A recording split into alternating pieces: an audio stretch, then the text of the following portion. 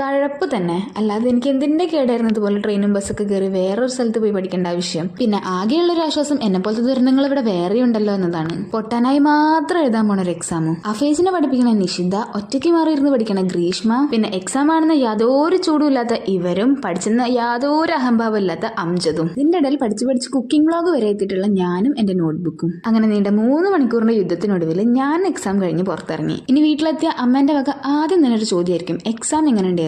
അപ്പൊ ഞാൻ ഇലക്കും മുള്ളിനും കേട്ടിലെത്തിയ രീതിയിൽ കുഴപ്പമില്ലായിരുന്നു ഒരൊറ്റ ഡയലോഗാ. എനിക്ക് പോകാനുള്ള ട്രെയിൻ മിസ്സായ സങ്കടത്തിലാണ് ഈ ഒരു ലൈൻ കുടിക്കണമെന്ന് മെറിൻ പ്രത്യേകം പറയാൻ പറഞ്ഞിട്ടുണ്ട്. ഇനി അടുത്ത ട്രെയിൻ വരുന്നവരെ ഒരു 2 മണിക്കൂറോളം ഞാൻ റെയിൽവേ സ്റ്റേഷനിൽ പോസ്റ്റാണ്. ഒരു സിനിമ കാണാച്ച അവിടെ വൈഫൈയും ഇല്ല. പിന്നെ കുഴപ്പമില്ല, 2-3 ചേട്ടന്മാരൊക്കെ വായി നോക്കി അവിടെ ഇരിക്കുമ്പോഴേക്കും സമയം പോയി. എന്റെ ട്രെയിൻ എത്തി. ട്രെയിനിൽ കയറി ഒരൊറ്റ ഉറക്കുറങ്ങി എണീക്കുമ്പോഴേക്കും ഞാൻ നാട്ടിലെത്തും. ഈ എക്സാം എങ്ങനെ ഉണ്ടായിരുന്നു എന്നതിലല്ല കാര്യം, അത് കഴിഞ്ഞു കിട്ടിയല്ലോ എന്നതിലാണ് സന്തോഷം. നല്ല ക്ഷീണുണ്ട്, ഇനി സ്വല്പം വിശ്രമമാവാം. അപ്പത്രേ ഉള്ളൂ. ടാറ്റാ.